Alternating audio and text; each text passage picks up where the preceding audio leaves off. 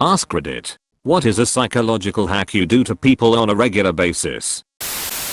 I don't do this much anymore, but whenever I wanted to buy something expensive I would over-exaggerate the price to my parents, so that when I told them the actual price, it would seem more reasonable. Me, mom, can I get this video game? It's $90, mom. That's a little too much. Me, wait, never mind, it's actually $60. I make them think I'm a horrible liar. Then when I actually lie with a straight face, they don't think it's a lie. I rarely need to use that skill, but it's handy when I do need it. Use silence to your advantage. People are uncomfortable with silence. During any kind of negotiation or contentious discussion, the first person to speak is the one that's likely to cave in. I did this on my ex. When we broke up, she did something that she shouldn't have. I found out and asked for an explanation. She tried to deny it, but I just stared at her for something that felt like an eternity. Eventually she broke down and started crying, saying she wanted to break up and she was sorry. That's when I learned silences are really powerful. Never tell people, I need a favor. Instead, say I need your help. De-escalation. When someone raises their voice, you lower yours. When someone gets angry, you get calm. 99% of people will meet you in the middle. Besides, nothing annoys people so much as remaining completely calm when they are trying to work up a good fight. It's like you're telling them they're not worth you losing your shit over. I think this should qualify as a psychological hack. Whenever I would fight with my brothers and it would accidentally go too far and one of them would end up hurt, I would pretend that I also got hurt in the act so they didn't feel the need to even the score. It worked a lot. People can't handle more than about 6 choices at a time, so when you ask your friends, where do you want to eat? You are giving them the choice of anywhere, which is too many choices. Hack. Suggest 3 places at a time and you'll get them to pick a place much faster. Related, if you're down to offering someone a couple different options and you want to influence their answer, give your more desirable option second. Most people will gravitate toward the last option offered. This works almost as well on adults as it does on 4-year-olds.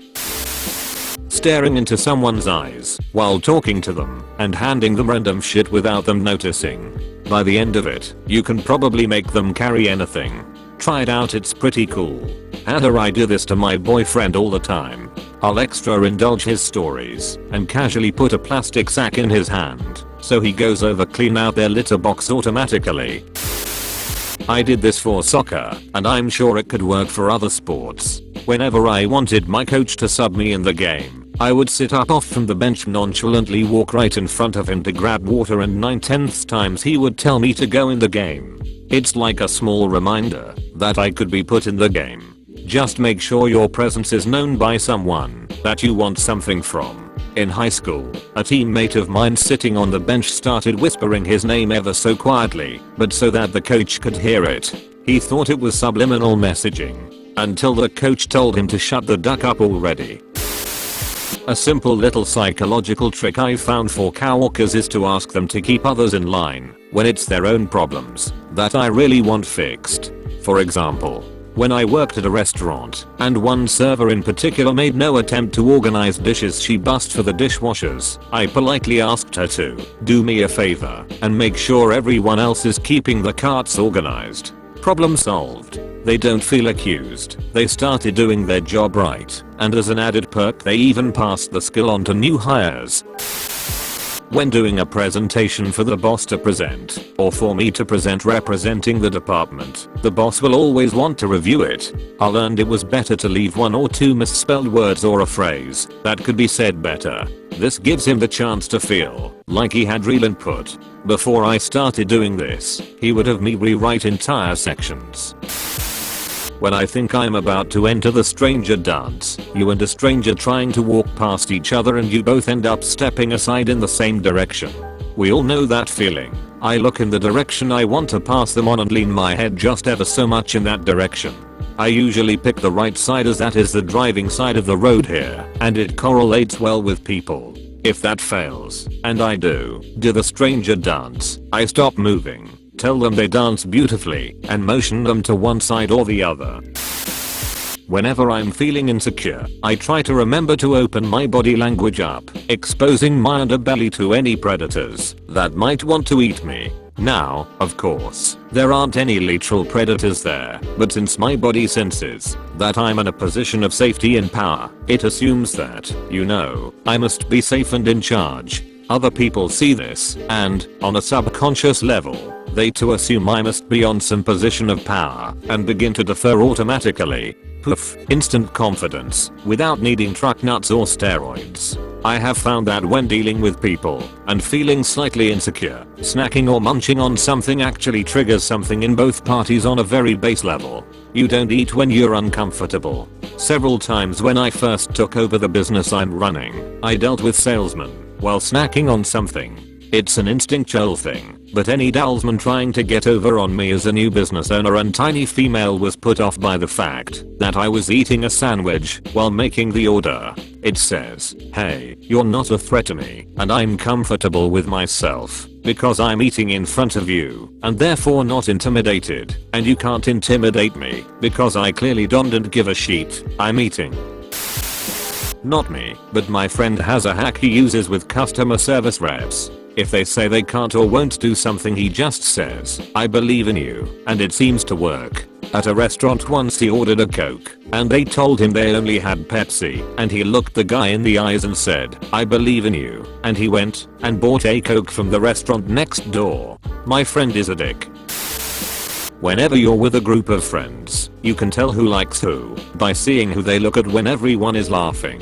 They usually look at this person because they want to see if they are laughing, and they should also be laughing. People always like to talk about themselves. It makes for easy conversation from your end. I'll sometimes start off by over-exaggerating bad news. I'll start off like, someone has died, babe. I've got some bad news that you need to hear. At this time, the worst things are rushing through hot of a mind you're taking to. Then I say, I completely forgot to do that thing you wanted me to do. They sigh a sigh of relief, and I'm off the hook. When you flatter someone's ego, they make exceptions for you. Every time. When they feel like you understand them and nobody else does, it helps even more. My boss has literally flat out told me that he's grooming me for a better position, has put me on a board, and has already put me on a hiring committee over several senior cowhawkers that specifically asked for the hiring position. I'm on probation here because I'm so new. I'm not saying this guy isn't actually cool. He is actually a great guy, and there is a very grumpy group he oversees, but I absolutely encourage him and foster the I'm on your team attitude as much as I can. You have to be subtle, though. I like to gently nod my head while talking to them if I want them to agree, or I gently shake my head for things I want them to disagree with. I use the criticism sandwich. Lead with a compliment. Criticize. End with a compliment. Works for employees, colleagues, significant others. When carrying beer glasses through a crowded bar, don't carry them at waist level. Hold them high ahead of you, above head height. It's amazing how easily the crowd parts for you. Act like you're supposed to be there. This has probably already been mentioned, but this thread is long as shit. But seriously, if you walk up to a barrier that is supposed to keep the riffraff out and look at the guy guarding it like he should know what to do, a decent percentage of the time he'll lift the rope/tape out of your way for you. Also, if you carry a clipboard, this is 284% more effective.